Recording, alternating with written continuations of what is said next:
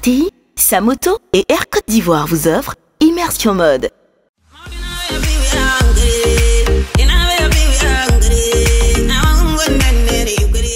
Bonsoir chers téléspectateurs, bienvenue dans Immersion Mode, votre nouvelle émission qui vous fait voyager au cœur de la mode africaine et internationale.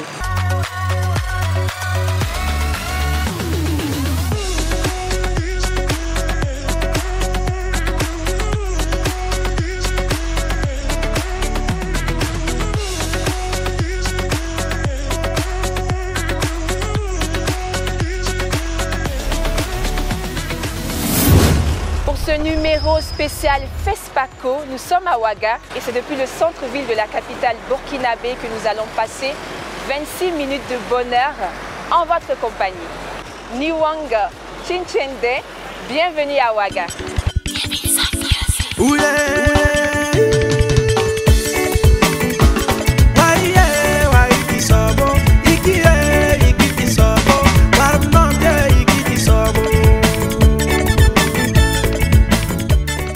Au sommaire de cette émission, rencontre avec le talentueux styliste Patéo, la référence du continent qui nous livre ses secrets de réussite, et la relève Baz MC qui nous parle de comment il a imposé sa marque. Ensuite, dans la rubrique Guestine, nous parlerons de style vestimentaire avec Emilo le chanceux. Puis, nous irons à la rencontre de Monsieur Dieudonné Zundi, ingénieur textile, avec qui nous découvrirons les différentes étapes de fabrication du pagne tissé. Et pour terminer, le défilé de clôture des 50 ans du FESPACO avec plusieurs créateurs venus de différents pays d'Afrique. La mode et le cinéma sont deux univers aux caractéristiques proches. Parmi les festivités qui marquent le cinquantenaire du FESPACO, un grand défilé se prépare. Nous avons eu le privilège de rencontrer les têtes d'affiche de ce spectacle, le très brillant Patéo et le talentueux Baz MC, découverte.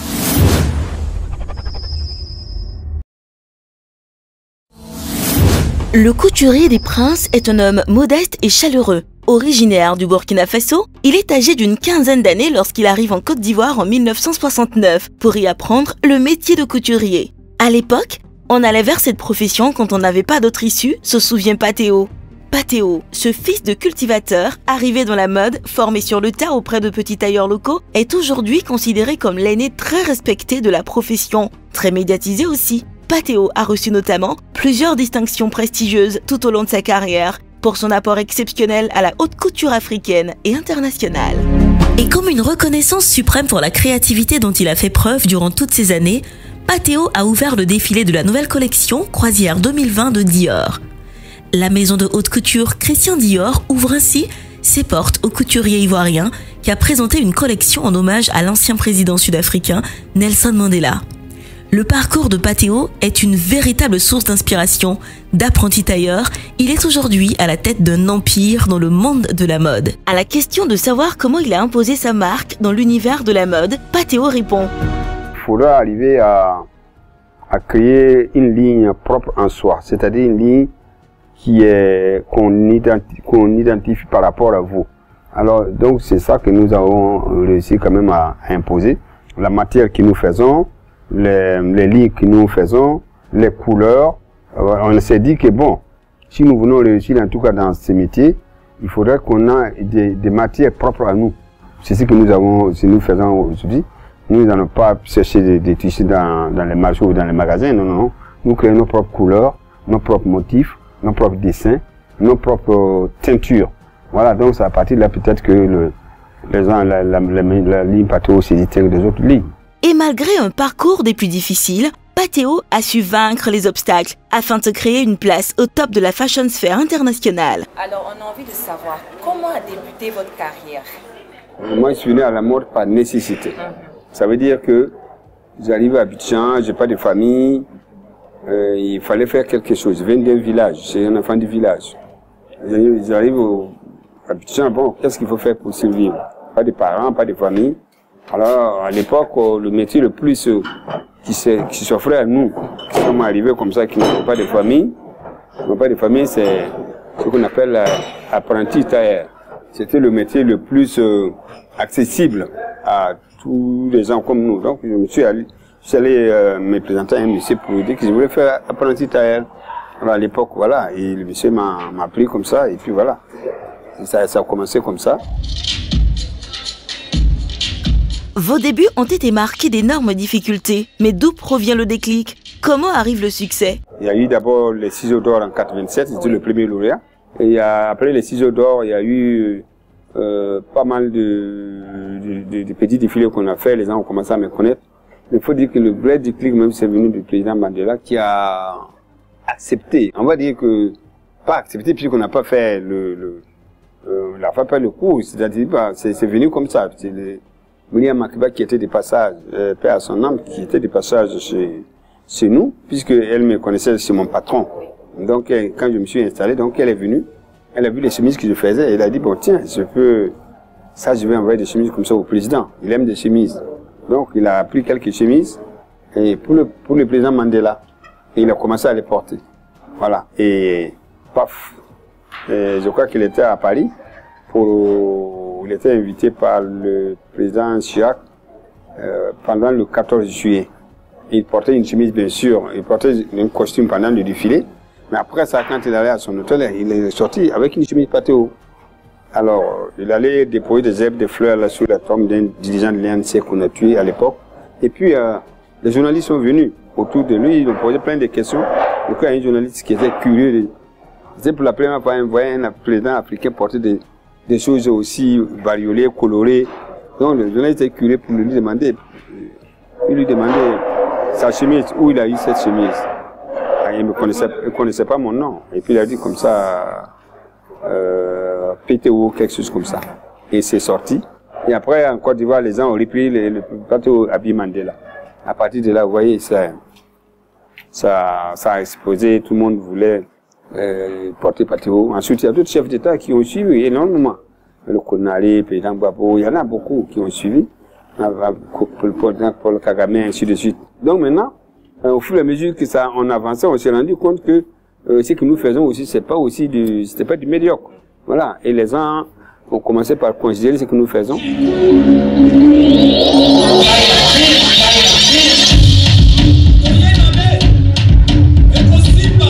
Qu'est-ce qui fait la particularité de la marque Patéo? On va dire que c'est la matière. C'est la matière que nous utilisons.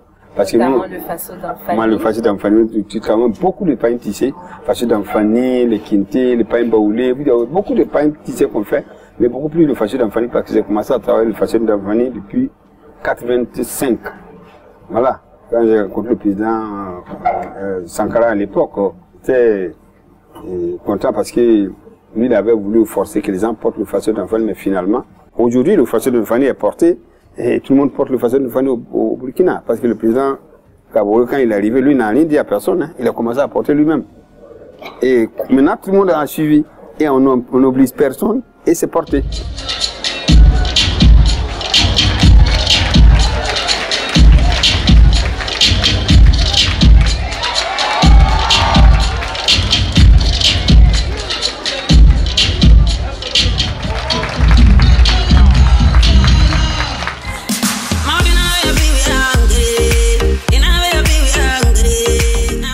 Baziemo Sébastien, alias Bazemc, dans le monde de l'art vestimentaire, commence l'apprentissage du stylisme dans un quartier d'Abidjan en 1993. Il intégra ensuite l'école de Misaoui, Cours Figaro, avant de créer son propre atelier à Abidjan. Et c'est dans cette ville où la mode africaine bat son plein que Bazemc participa à plusieurs grands défilés et expositions. Comment a débuté votre carrière?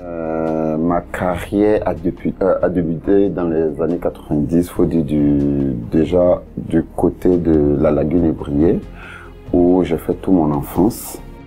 Et ça a commencé depuis le bas âge, faut dire, parce que j'accompagnais beaucoup ma mère chez son couturier, parce que voilà, la femme ivoirienne qui aime tout le temps aller chez son couturier se fait une tenue pour aller les dimanches à la messe.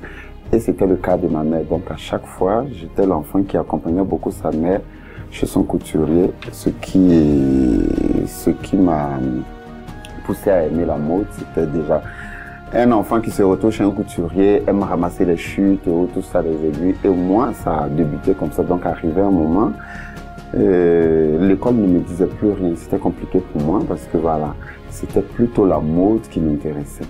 Chose qui n'était pas facile, déjà du côté de mon père qui trouvait qu'à l'époque, le métier de la mode, c'était un métier qui était, comment on appelle ça, qu'on appelait la série C, qui était le métier des ratés.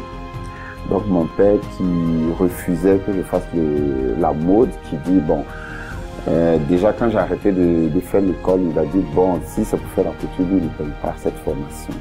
Mais ma mère qui était, voilà, qui était comme, comment on appelle ça, ma meilleure amie, a accepté, elle a dit, bon, laisse tomber, je paye sa formation. Et c'est comme ça, j'ai commencé ma carrière du côté de, comment on appelle ça, de l'école Figaro de Misaoui en Côte d'Ivoire. Donc, faut dire que c'est une maman qui m'a beaucoup épaulé depuis tout jeune, voilà, jusqu'à aujourd'hui, voilà, elle continue de me soutenir.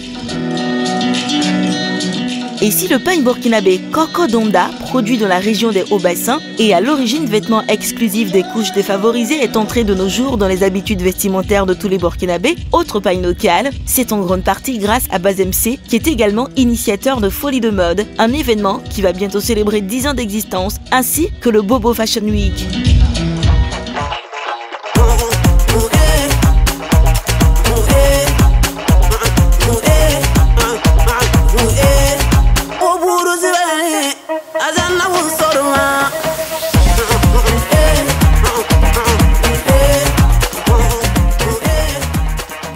Après plus de 10 ans de travail acharné, Bazemc reçoit plusieurs trophées de distinction. Il n'hésite pas à nous les montrer.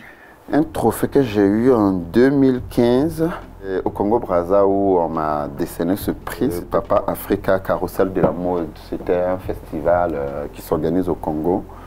Voilà. Et c'est là-bas que j'ai eu ce prix. Ça, c'est un trophée que j'ai eu au FESMA en 2012, prix d'honneur, styliste, c'est du côté du Bénin. Un prix que j'ai reçu en Italie, en Sicile, parce qu'en Italie, c'était prix de l'intégration, parce que c'était un défilé qui était organisé pour dire aux jeunes Africains de rester en Afrique pour travailler. Donc, et puis il faut dire aussi que j'ai été, voilà, chevalier de l'ordre de mérite de la communication burkinabé, donc décerné par le gouvernement burkinabé. Quand Dieu te bénit, tu tapes jamais poteau.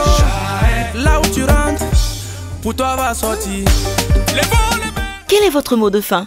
Aujourd'hui, je dis grand merci à Papa Pathé parce que je me suis approché facilement de lui. Et à Misaoui aussi qui m'a épaulé. Donc, c'est ces personnes qui m'ont donné l'envie de continuer dans mon métier. Et je pense que quand on a des grosses têtes qu'on prend pour nos modèles, ça ne peut qu'encourager. Et moi, c'est cette envie d'aider cette génération aussi que ce qui m'amène à organiser ces événements. Aujourd'hui, Folie de Mode aura 10 ans bientôt. Bientôt, on va fêter 10 ans de Folie de Mode. Mais 10 ans, il faut dire c'est 10 ans de galère, mais 10 ans de gloire aussi.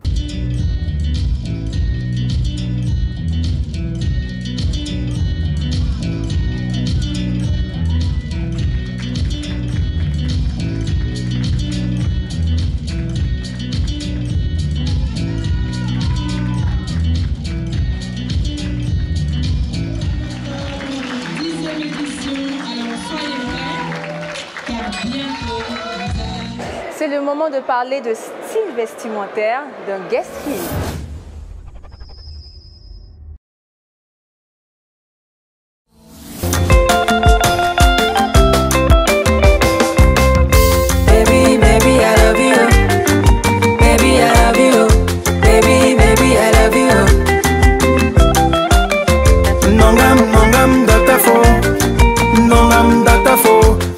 Imilo, présentez-vous à ceux qui ne vous connaissent pas encore. Que représente pour vous la mode?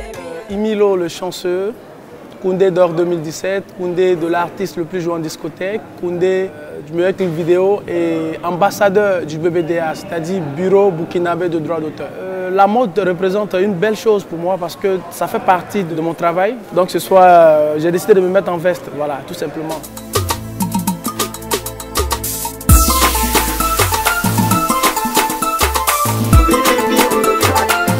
Quels sont les thèmes abordés dans vos chansons? Déjà, je chante Dieu, je parle beaucoup de Dieu dans toutes mes chansons presque. Je parle aussi d'amour, Raison pour laquelle la dernière chanson avec Chidima, on parle d'amour. Je parle aussi de pardon, de tout ce qui peut réconcilier l'homme et l'homme.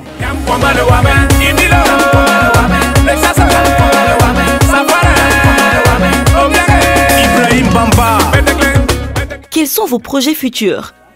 En ce moment, nous sommes en préparation du 4e album de Imilo le Chanceux et un grand concert qui sera organisé à la sortie de l'album qui est prévu pour quelques mois, disons 2020. Et nous avons de belles collaborations en vue. On a déjà bouclé 5.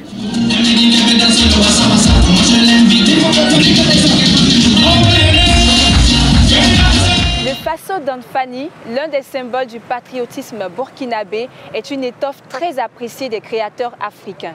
Monsieur Dieudonné Zoundi, ingénieur textile, nous en parle.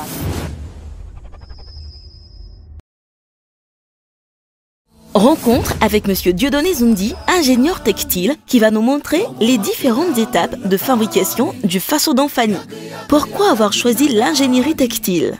J'ai fini mes études en 1974 à Roubaix, c'est en France, dans le nord de la France. Disons que, bon, comme je suis de formation textile, en fait, je me suis dit une chose, il n'y a pas de raison que ceux qui ne sont pas partis à l'école arrivent à faire du textile et puis ils s'en sortent, et que moi je ne puisse pas en faire. Voilà. C'est ce qui m'a orienté vers l'artisanat textile, qui consiste à, disons, on va prendre du fil qu'on va nettoyer, après on va, disons, teindre et puis tisser. Bon, vous savez, il y a beaucoup de sortes de fils. Moi j'ai opté pour le fil le plus fin, parce que l'habit est plus léger, plus confortable, bien qu'il soit plus difficile à tisser. Nous sommes curieux de connaître les différentes étapes de confection du pain tissé. Quand vous prenez le fil à l'état naturel, en fait, il est recouvert de saleté. Donc, la première étape consiste à nettoyer. On va dire qu'on va traiter le fil en milieu alcalin chaud, un milieu basique chaud. Quand on a fini ce nettoyage, on sort le fil. Maintenant, on peut le teindre. Deuxième stade, on parle de blanchiment et azurage optique. Voilà un peu ce que ça donne. À gauche, là, ici, ça donne du fil tout blanc. Mais on n'est pas obligé d'aller jusqu'au fil blanc avant de teindre. Conseil, il faut savoir travailler dans des volumes de bain précis. Et toujours peser la matière qu'on va teindre, le colorant qu'on va teindre et puis les différents produits. Quand vous ne pesez pas, vous ne pouvez pas reproduire. Fini de faire le débouissage, on peut faire la teinture. Et la teinture, 3 phases, on a de l'eau chaude. Toujours, on calcule le volume du bain en fonction de la matière. Quand vous avez fini de teindre, disons entre 45 minutes et 1 heure, 1 heure et demie, vous allez sortir la matière. On va parler maintenant d'oxydation, c'est-à-dire pour que la matière reprenne sa couleur, la couleur finale en fait. Et on doit bien laver. Dans ce cas-là, on a fini la teinture, on va étaler.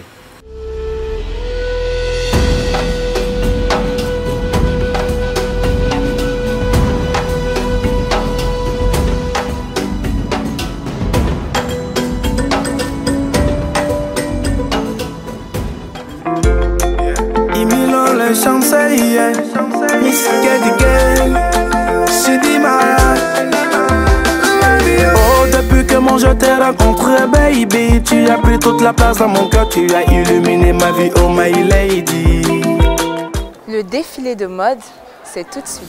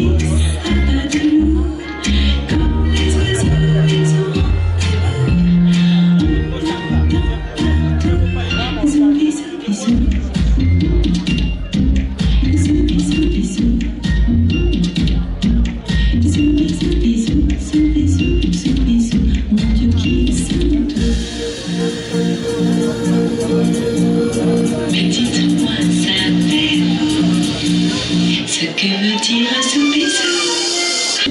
Franck Ignambia. Mais dites-moi ça ce que me tire ce baiser?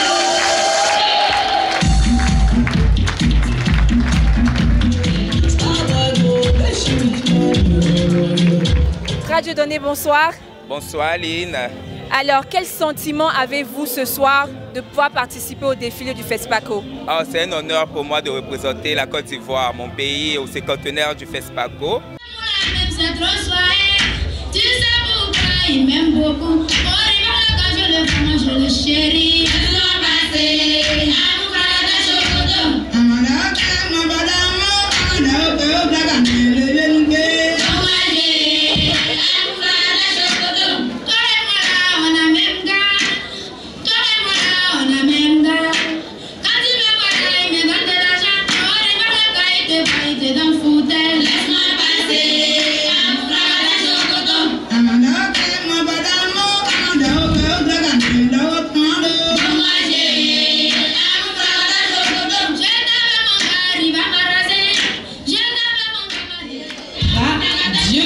Que je vous demande d'accueillir avec un tonnerre d'applaudissements.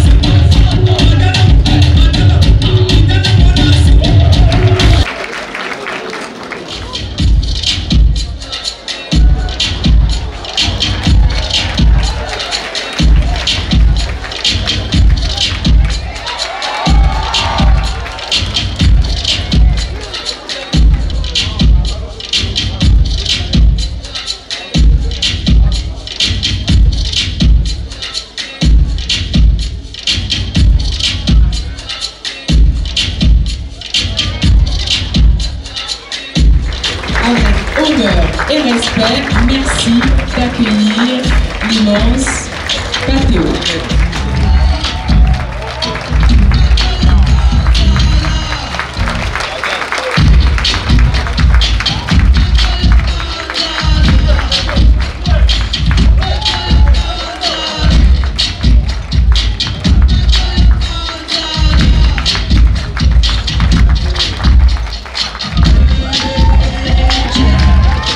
Alors, je suis submergée par plein d'émotions parce qu'évidemment, il y avait plein de créateurs différents.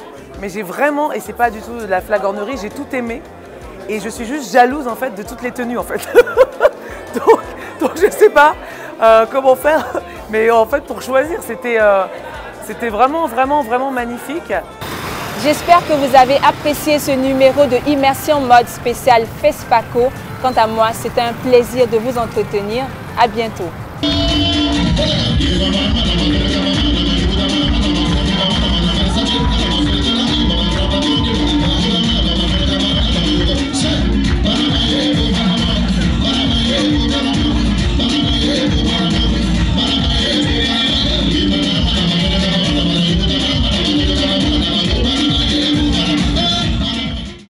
La RTI, Samoto et Air Côte d'Ivoire vous ont offert Immersion Mode.